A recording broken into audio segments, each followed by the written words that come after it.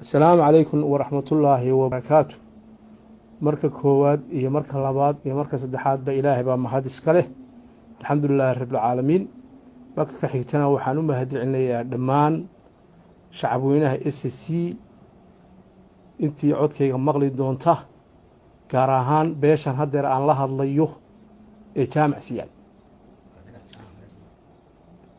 ninkan idin la hadlayaa waxaan u maleynayaa codkayga inaad fahmi kartaan waa garajaama garaa Ismaaciil weeye anigu mar baan hadlaa oo jaamacsiyaad la hadlaa waa markii koowaad ee gole jaamacsiyaad aan ka hadlo sanadka hadda waxa weeye dhow halgankii 28 August ka bacdi barigii halganka aynu bilaabeynaa habeen baynu wada hadalnay habeenka aynu wada hadalnay jaamacsiyaado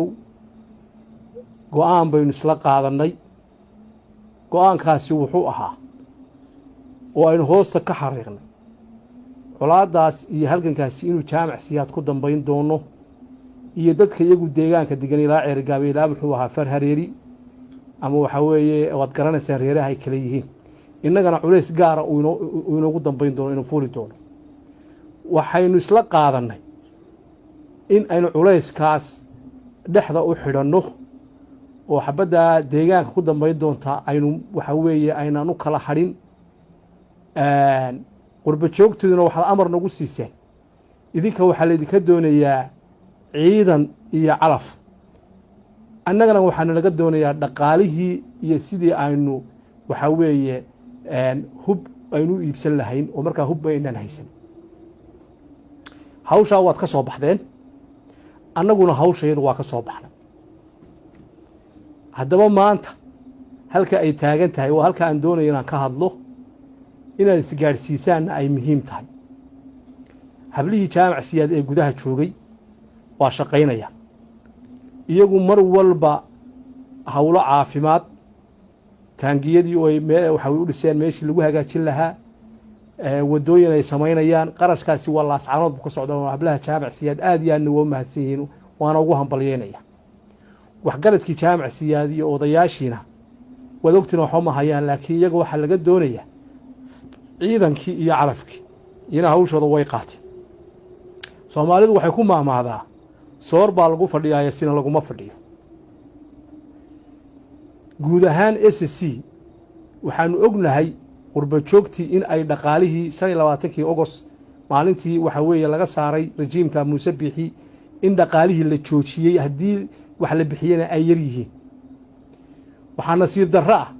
in dhulbahantii intuu guriga ugu yimaadeen jaamacsiyaad qaaraankii dhulbahanta lagama hayo waxa nasiib darro ah in jaamacsiyaad dhaqaalihiisii gaarka ahaa ee 10 kun ahaa ee beelu isku xukumeen aydan 3 bilood bixin waxaan maanta idin leeyahay maalin hore aan ka hadlay golwadaha maalintan imtixaanaad ka hadlayna waxaan jaamacsiyaado waxbaynu ku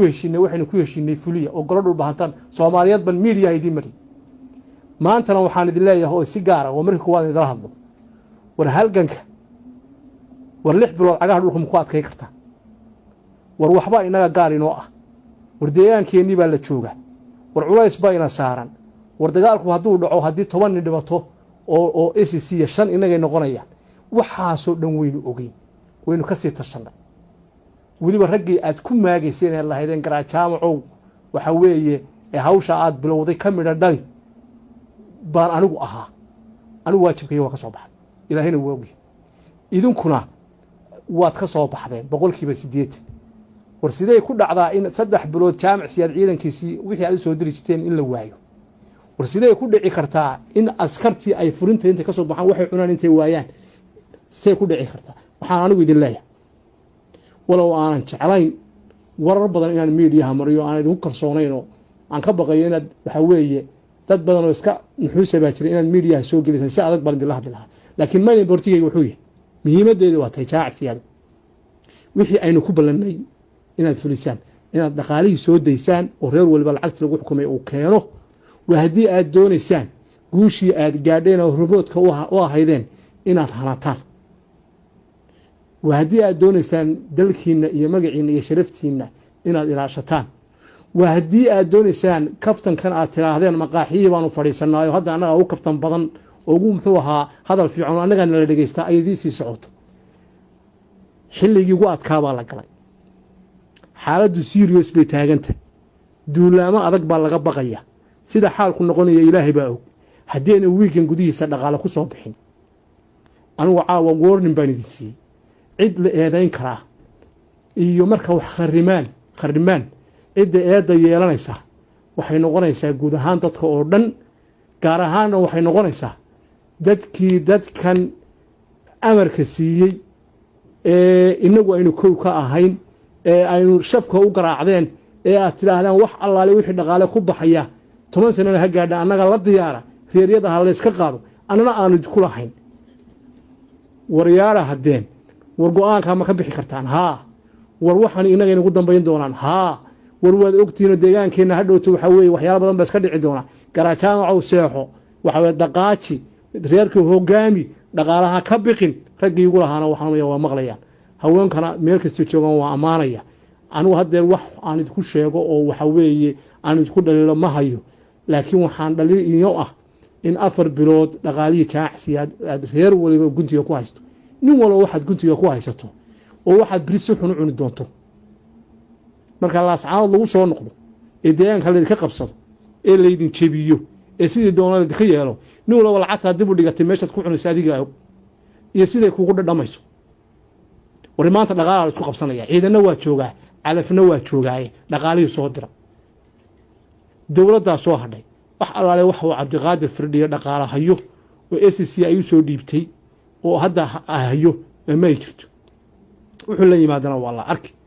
inta yar cashuurta laascaanoodna waa intuu ku girif leeyahay guud ahaan SSC haddii alla idmo wafti waa loo soo dirayaa dibadda maray doona oo lala hadli doono idinkana laakiin jaacsiyaado waxaan idinka codsanayaa haddaan garaadkiina ahay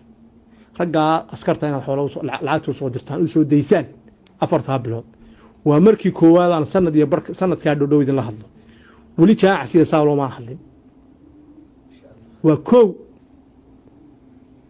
intaasaan idin leeyahay anigu waxba idin kama rabo aniga waxba ma siisaan waxba idin kama rabo raggaa waxa weeye aynu dagaalka gelinay aynu dabkii xaabada ku shidnay wixii aynu ugu shidnay ee idinku aad koow ka ahaydeen bal idinka doonaya assalaamu calaykum waraxmatullaahi wabarakaatuh